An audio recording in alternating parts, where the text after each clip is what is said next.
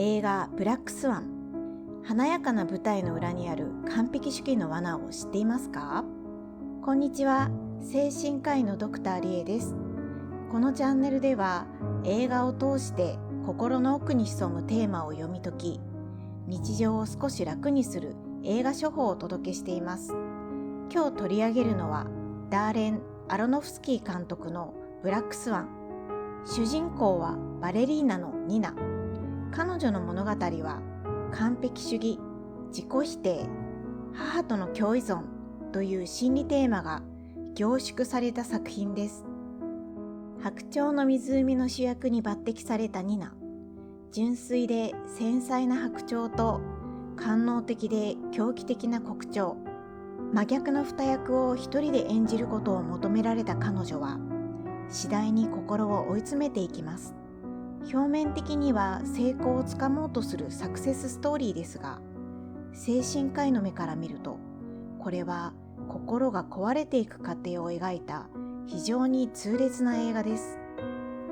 心理考察1、完璧主義と自己破壊。主人公ニナは常に完璧でなければならないと自分を追い込みます。白鳥の女王という役を任された彼女は白鳥の純粋さと黒鳥の官能性、その両方を表現することを求められます。しかし完璧主義者の心は白と黒の間のグラデーションを受け入れることができません。一つでも欠けてはいけない、失敗してはいけない、そう思うたびにニナは眠れなくなり、食欲を失い、体を痛めつけていきます。精神医学的に見ると、これは強迫的完璧主義の典型です。100点でなければ意味がないと考える心は、少しの失敗を全ての失敗として捉えてしまいます。やがてその思考は自己破壊へとつながっていきます。心理考察2、母との共依存。ニナの母親はかつてバレリーナを目指しながら挫折した人です。その夢を娘に投影し、ニナを強く縛り付けています。彼女はニナを愛しているように見えますが、それは娘を自分の延長として生きさせる愛、つまり共依存です。心理学的に言えば、これは過干渉型の親子関係。表面上は優しくても子供の選択を奪い、自己決定を許さない関係です。映画の中で母の存在は常に部屋の中にいます。外の世界に出ようとするニナを母は引き戻そうとします。まるで共依存の象徴のように。心理考察3、乖離ともう一人の自分。ニナにとってライバルのリリーはもう一人の自分です。リリーは自由奔放でセクシャルで黒鳥のような魅力を持っています。それはニナ自身が抑圧してきた欲望そのもの。やがてニナはリリーの姿を幻覚として見るようになります。リリーが自分を脅かし、時に自分と入れ替わるように錯覚する。これは乖離的体験に近い現象です。自分の中にもう一人いる。そう感じるのは心が強いストレスにさらされている時によく見られます。心理考察4、脅迫的確認行為。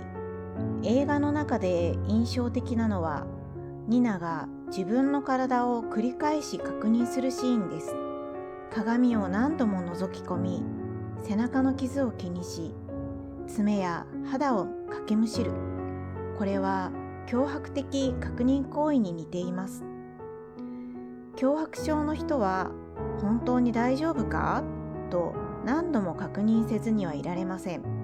ニナにとっては自分が壊れていないかを確かめる行為がそれにあたります。しかし確認するたびに安心するどころか不安が強まっていく。その悪循環こそ強迫症の本質です。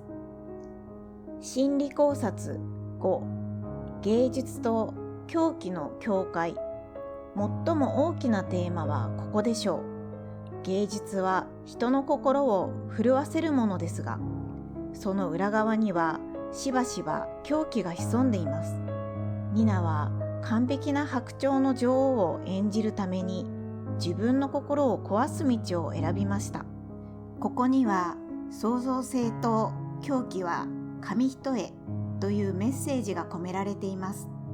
歴史的にも芸術家や偉大な表現者には精神の不安定さを抱えていた人が多くいます。ブラックスワンはそれを現代的に偶話化した作品と言えるでしょう。ブラックスワンを通して見える5つの心理。1、完璧主義。2、共依存。3、乖離と2人の自分。4、脅迫的確認行為。5、芸術と狂気の境界。どれも実は私たちの日常に小さな形で存在しています。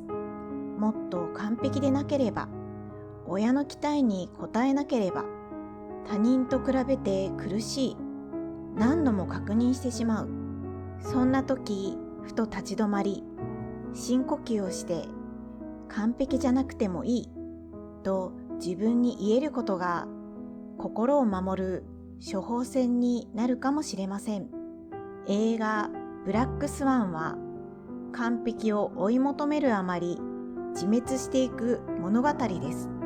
けれども、私たちが受け取れる処方は真逆です。それは、完璧じゃない自分を受け入れてもいいというメッセージです。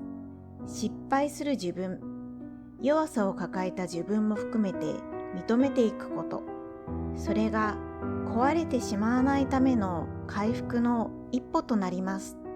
映画ブラックスワンは単なるホラーやサスペンスではなく、私たちが日常で抱える完璧であろうとする心と壊れてしまう危うさを描いた作品です。皆さんはどうでしょう？完璧でいようとして苦しくなった経験はありませんか？ぜひコメントで教えてください。このチャンネルでは精神科医の視点から映画を処方し、心を楽にするヒントをお届けしています。次回もぜひお楽しみに。